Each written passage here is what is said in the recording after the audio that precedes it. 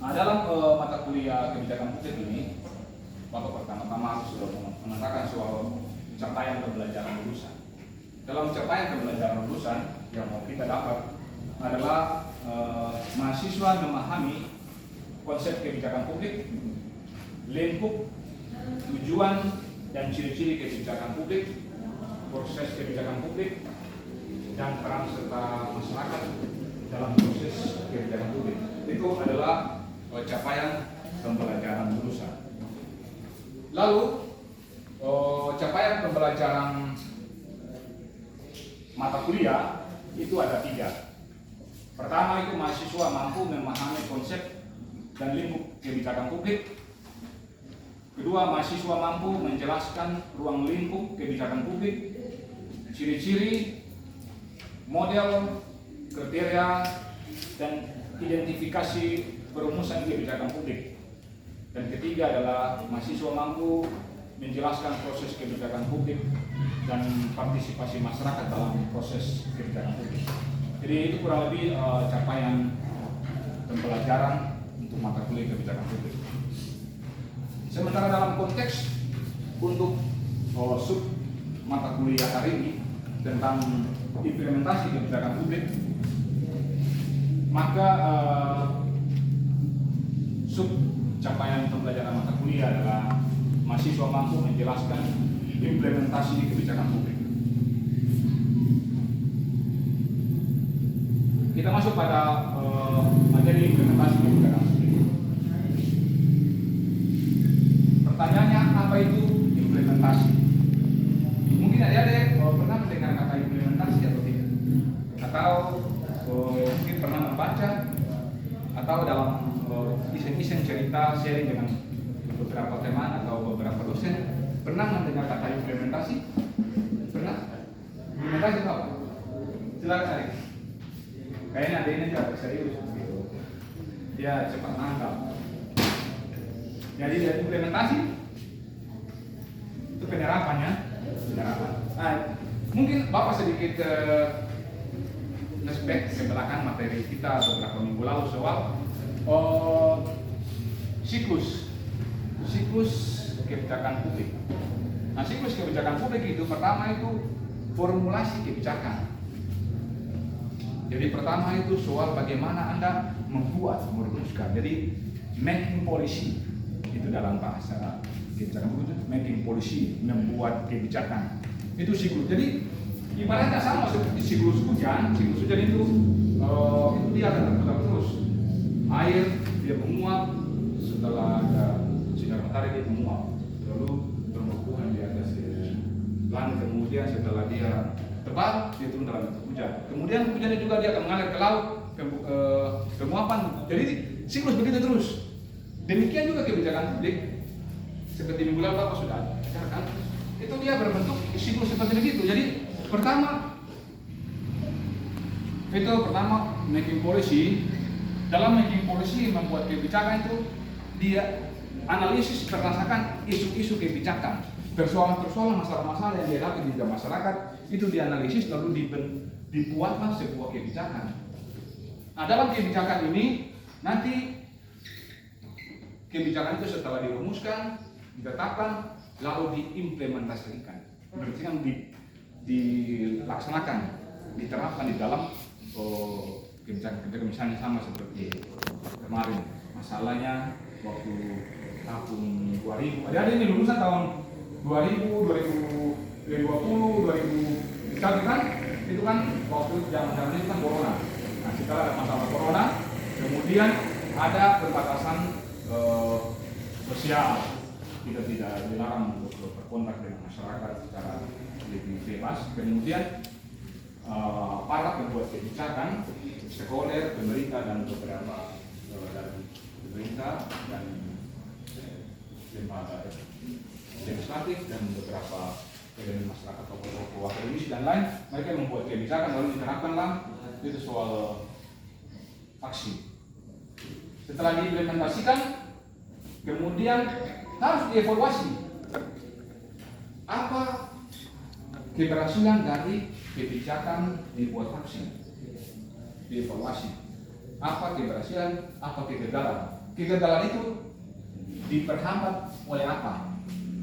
Keberhasilan itu berhasil karena apa? Dievaluasi kemudian nanti dalam hasil evaluasi ini dibuatkan lagi kebijakan yang baru. Jadi proses pembuatan kebijakan publik itu selalu berbentuk sistem. Nah itu sekedar flashback kita tentang materi kita. Proses kebijakan tadi Bapak bilang itu dari proses formulasi kebijakan, kemudian pengesahan kebijakan, kemudian proses implementasi dan proses evaluasi tadi. Nah, dalam tahap formulasi, langkah pertama itu ada terdiri dari beberapa tingkat, itu perumusan masalah, tadi Bapak tadi bilang, penyusunan agenda, pencarian legitimasi, kemudian penilaian alternatif, dan pernyataan kebijakan, kemudian proses politik yang dominan. Ingat, sekali lagi Bapak katakan bahwa dalam formulasi kebijakan dimensi politis cukup besar dalam proses penetapan dan implementasi kebijakan. Kenapa sampai dimensi politis cukup besar?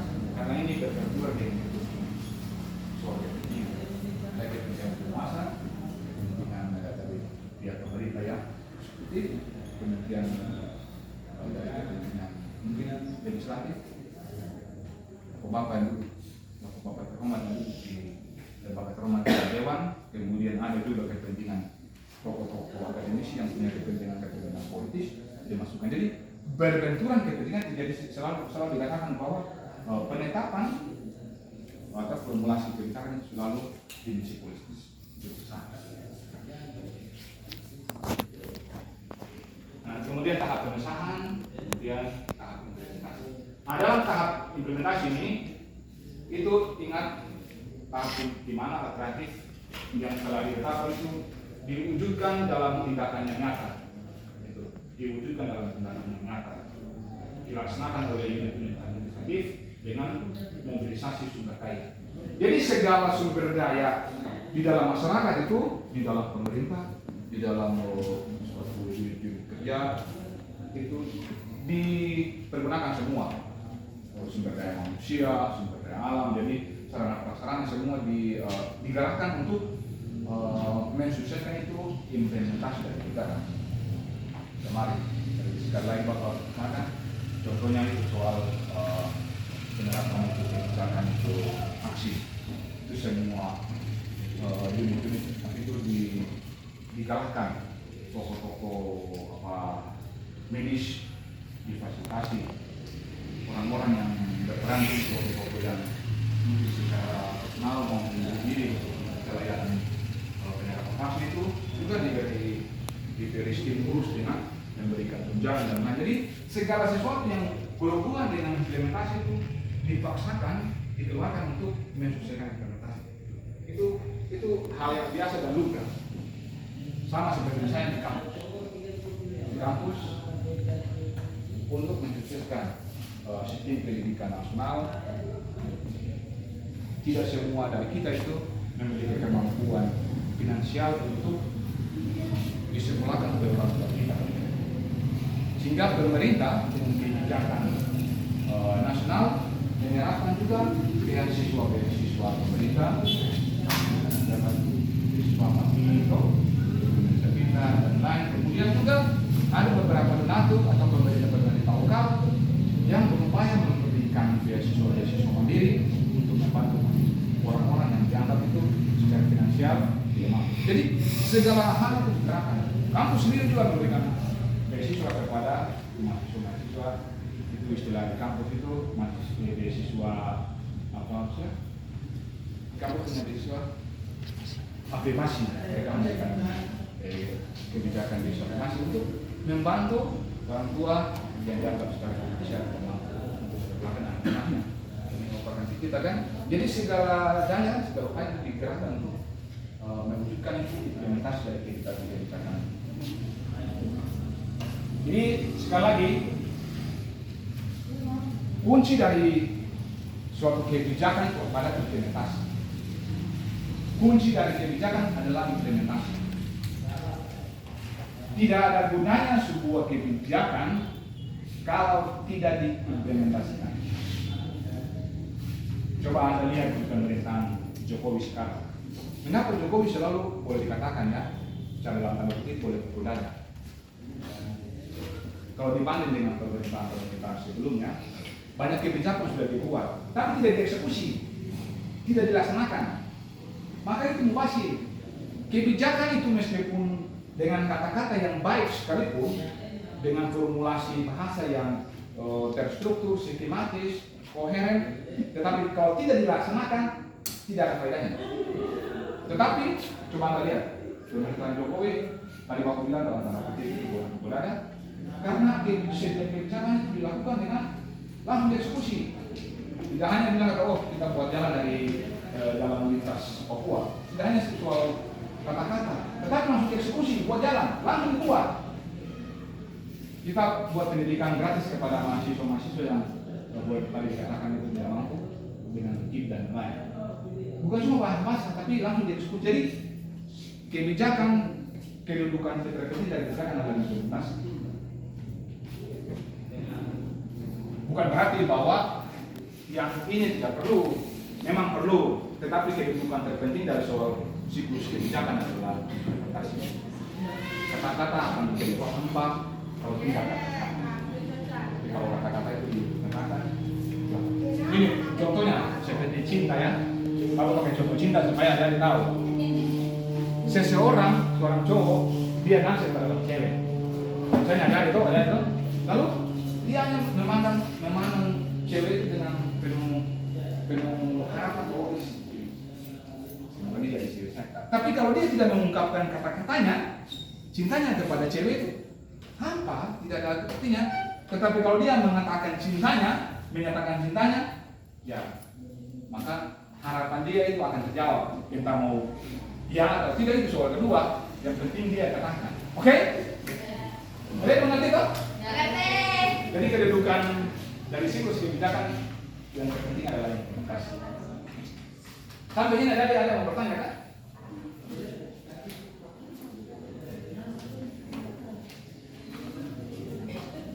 Ya, jadi implementasi merupakan rantai yang menghubungkan antara formulasi kebijakan dengan hasil kebijakan atau outcome itu hasil kebijakan yang diharapkan. Nah, sesudah diimplementasikan baru dievaluasi. Nah, dalam proses evaluasi, jadi Bapak menyinggung bahwa evaluasi untuk melihat sejauh mana hasil implementasi kebijakan itu diterapkan dan daya guna bagi masyarakat kita semua. Jadi evaluasi itu dilakukan guna menguji kemampuan suatu kebijakan dalam mengatasi masalah. Kemudian dapat memberikan informasi tentang keberhasilan dan kegagalan sebuah kebijakan. Kemudian dari tahap evaluasi ini akan ditentukan masa depan kebijakan selanjutnya. Mungkin sampai sejauh ini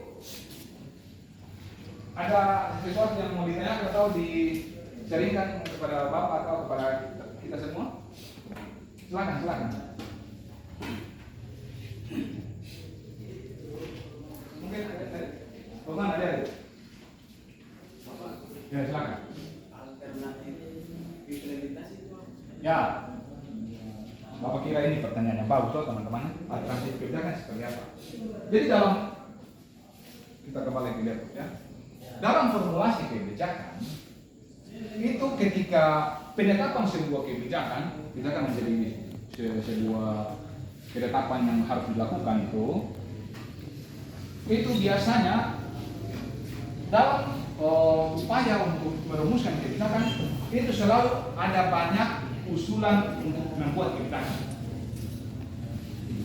Ada selalu banyak usulan.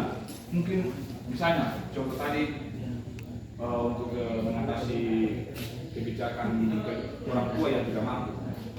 Ada yang mengatakan sekolah gratis.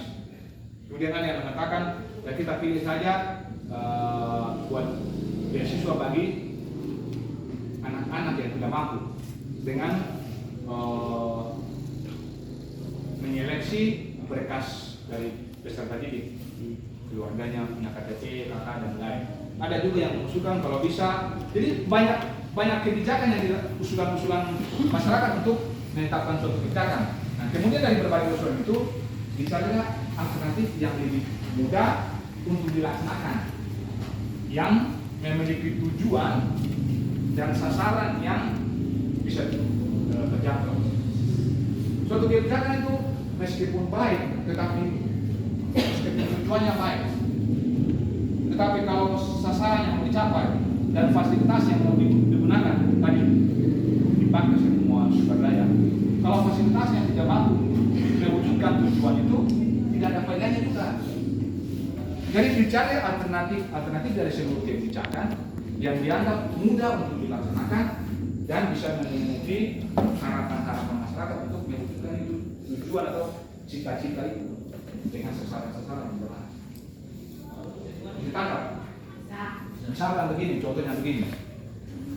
Kita membuat agar supaya konektivitas di masyarakat Papua itu bisa terjangkau.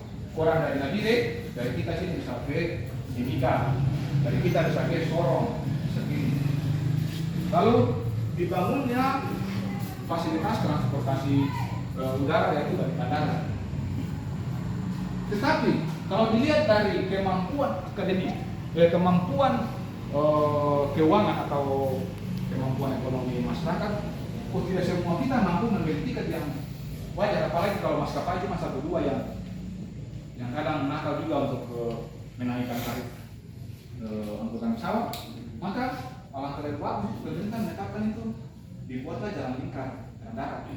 Jika kalau jalan darat, ya itu mungkin kebijakan yang pertama mempermudah kita untuk yang ekonomi yang pas-pasan, tapi juga bisa membuat menimbulkan itu pusat-pusat ekonomi baru, karena setiap lintasan kendaraan roda 2 untuk pendapatan sehingga pada tertentu dan membuat pertumbuhan pusat-pusat ekonomi baru.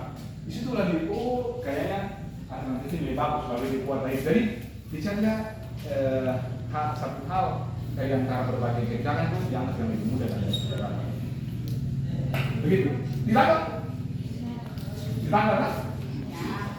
Benar, kalau kita belajar kebijakan itu gampang sekali karena sebenarnya sesuatu yang sudah sering kita terapkan di dalam kehidupan kita, di dalam keseharian kita. Hanya saja kita tidak tahu bahwa ini sebuah ilmu. Karena ini ilmu dan itu dipelajari. Ya, silakan.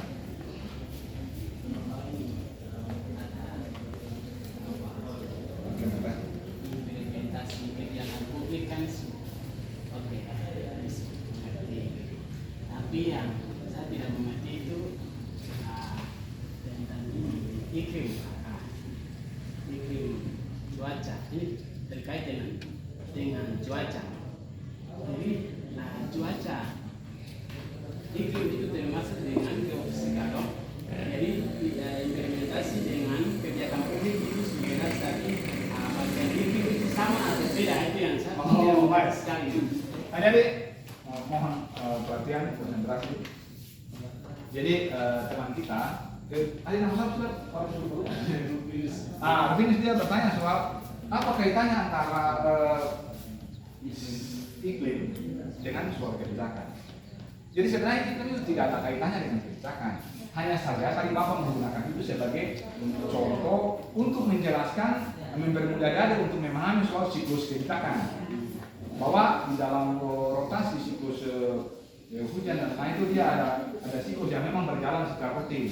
Sehingga Bapak bilang bahwa seperti perjalanan iklim itu, demikian juga dalam kebijakan itu ada siklusnya yang memang rutin terjadi dalam kehidupan kita. Oke, mungkin begitu. Ada yang mau tanya? Silakan.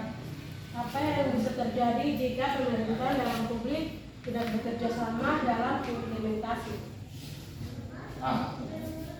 Kunci dari kebijakan adalah implementasi. Dan implementasi kebijakan itu akan mudah dilaksanakan, mudah berjalan kalau ada kerjasama. Ingat, mungkin di dalam mata kuliah ini di pertemuan sebelumnya, apa dalam pengajaran administrasi itu Bapak sudah mungkin ada dosen lain yang mengajar tentang administrasi, atau mungkin ada yang dapat dari Bapak.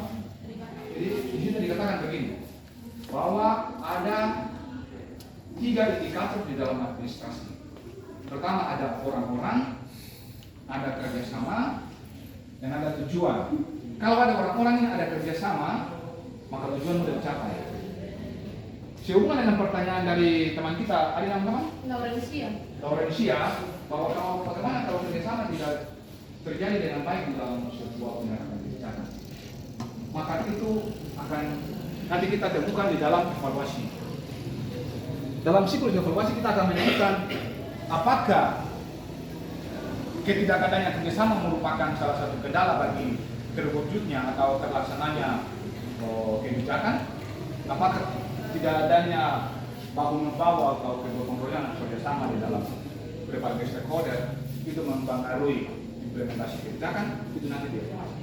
Tetapi yang pasti bahwa dengan adanya kurang adanya kerjasama pasti akan mempengaruhi implementasi kebijakan. Ibaratnya sama seperti dalam studi kita ini, kita kalau kamu tidak membangun hubungan sosial yang baik dengan sesama, itu akan juga mempengaruhi proses pertumbuhan hidup sosial. Manusia secara dasariah merupakan makhluk individu, tapi sekaligus makhluk sosial. The man is an island. Tidak ada manusia yang hidup seperti pulau benar. Dia bisa berdiri sendiri, dan manusia hidup selalu kepentingan yang sama. Maka dalam kebijakan administrator yang baik itu harus mampu bekerjasama dengan yang lain untuk mencapai tujuan. Itu saja. Nanti kita sambung ke depannya. Terima kasih. Selamat siang.